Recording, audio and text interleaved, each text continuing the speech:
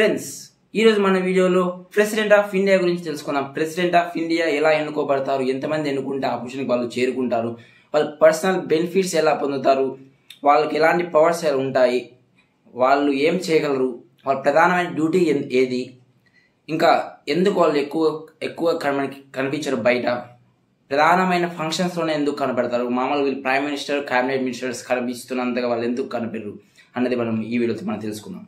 Republic ఇండియాకి head ఎవరంటే మన ప్రెసిడెంట్ గారి. మన ప్రెసిడెంట్ గారికి మొదటి పౌరుడు లేదా పౌరురాలు అని అంటాము.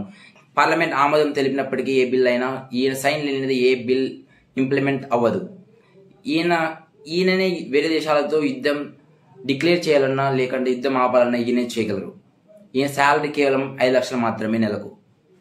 ప్రెసిడెంట్ గారి మొదటి కర్తవ్యం ఏమిటంటే ఆర్టికల్ 60 ప్రకారం భారత రాజ్యాంగాన్ని చట్టాన్ని సంరక్షించడం ఆయన చేతుల్లోనే ఉంటుంది.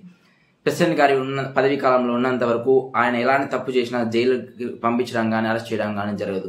అందుకనే ప్రెసిడెంట్ గారిని ఎన్నుకున్నప్పుడు చాలా గొప్ప వ్యక్తులు మాత్రమే ఎన్నుకోవడం జరుగుతుంది. ప్రెసిడెంట్ గారిని ఎలా ఎన్నుకుంటారంటే రాజ్యసభ సభ్యులు, లోక్సభ సభ్యులు మరియు అన్ని రాష్ట్రాల శాసనసభ్యులు మరియు ఎన్నుకోవడం జరుగుతుంది. ప్రజలు రాష్ట్రపతి గారిని ఇండైరెక్ట్ గా ఎన్నుకోవడం జరుగుతుంది. ఇండైరెక్ట్ గా ఎలా అంటే వాల్యూ ఆఫ్ ఎంపీ ఓట్ అంటే వాల్యూ ఆఫ్ ఎమ్మెల్యే ఓట్ అంటే ఎలా ఉంటుందంటే, ఇప్పుడు ఒక రాష్ట్రాన్ని తీసుకున్నది, ఒక రాష్ట్రంలో జనాభా సంఖ్య డివైడ్ బై ఆ రాష్ట్రంలో ఉన్న శాసనసభ్యుల సంఖ్య ఇంటూ 100 చేసినట్లయితే వాల్యూ ఆఫ్ ఎమ్మెల్యే ఓట్ వస్తుంది.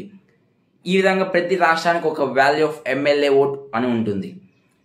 వాల్యూ ఆఫ్ ఎంపీ ఓట్ ఎలా అంటే, ఇప్పుడు ప్రతి రాష్ట్రానికి వాల్యూ ఆఫ్ ఎమ్మెల్యే ఓట్ వస్తుంది కదా, అన్నిటిని యాడ్ చేసి డివైడ్ బై రాజ్యసభ సభ్యులు మరియు లోక్సభ సభ్యులు ఎంతమంది ఉంటారో ఆ సంఖ్యతో డివైడ్ బై చేస్తే అప్పుడు ఒక వాల్యూ ఆఫ్ ఎంపీ ఓట్ వస్తుంది అన్నమాట. ఈ విధంగా ప్రజలు ఇండైరెక్ట్ గా ప్రెసిడెంట్ గారిని ఎన్నుకోవడం జరుగుతుంది. ప్రెసిడెంట్ గారి లెజిస్లేటివ్ పవర్స్, శాసన అధికారాలు ఎలా ఉంటాయంటే, ప్రతిసారి జనరల్ ఎలక్షన్స్ తర్వాత పార్లమెంట్ సమావేశాలు ప్రెసిడెంట్ గారే ప్రారంభిస్తారు.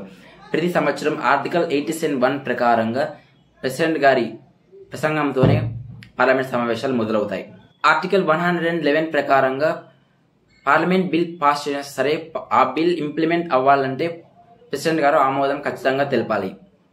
ఇన్ కేస్ ఏదైనా బిల్ పార్లమెంట్ కాన్స్టిట్యూషన్ ని పాటించుకోకుండా బిల్ పాస్ చేస్తే ఆర్టికల్ 360 ప్రొసీజర్ ప్రకారంగా ప్రెసిడెంట్ గారు తిరిగి పార్లమెంట్ కి పంపించడం జరుగుతుంది.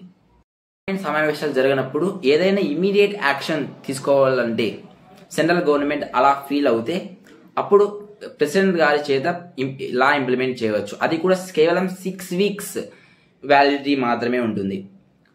అప్పట్లో 6 వీక్స్ లోపు పార్లమెంట్ ఆమోదం ఖచ్చితంగా తెలపాలి. లేదంటే 6 వీక్స్ లోపల ప్రెసిడెంట్ గారు ఎప్పుడైనా ఆ లాని వెనక్కి తీసుకోవడం జరుగుతుంది. రాష్ట్రపతి గారు ఏది చేయాలన్నా మినిస్టర్స్ అడ్వైస్ తీసుకోవాలి. మినిస్టర్స్ అడ్వైస్ లేనిదే వారు ఏమీ చేయకూడదు. రాష్ట్రపతి గారికి జ్యుడిషియల్ పవర్స్ ఎలా ఉంటాయంటే, ప్రెసిడెంట్ గారే చీఫ్ జస్టిస్ ఆఫ్ ఇండియాని అపాయింట్ చేస్తారు. ఒక జడ్జిని డిస్మిస్ చేయగలరు. 2/3 ఆఫ్ ద లోక్సభ రాజ్యసభ ఓట్తో ప్రెసిడెంట్ గారు ఒక జడ్జిని డిస్మిస్ చేయగలరు. ప్రెసిడెంట్ గారు Indian government chief legal adviser ని, అటార్నీ జనరల్ ఆఫ్ ఇండియాని అపాయింట్ చేస్తారు. పార్లమెంట్ సమావేశాలు ఏ విధంగా జరుగుతున్నాయని తెలుసుకోవడానికి చీఫ్ లీగల్ అడ్వైజర్ ని పార్లమెంట్ సమావేశాలకి పంపిస్తారు. రాష్ట్రపతి గారు ప్రైమ్ మినిస్టర్ ని అపాయింట్ చేస్తారు. ఒక లోక్సభ మెంబర్ కి ఎక్కువ లోక్సభ మెంబర్ సపోర్ట్ చేసినట్లయితే వారిని ప్రైమ్ మినిస్టర్ గా అపాయింట్ చేస్తారు. రాష్ట్రపతి గారు గవర్నర్స్ ని కూడా అపాయింట్ చేస్తారు. ఎవరికైతే science, art, literature and social service మీద special knowledge and practical experience ఉంటుందో అలాంటి వారిని 12 మందిని డైరెక్ట్ రాజ్యసభకు అపాయింట్ చేయడం జరుగుతుంది. ఎలాగైతే కొన్ని రోజుల క్రితం సుధామూర్తి గారిని రాజ్యసభకు అపాయింట్ చేశారు.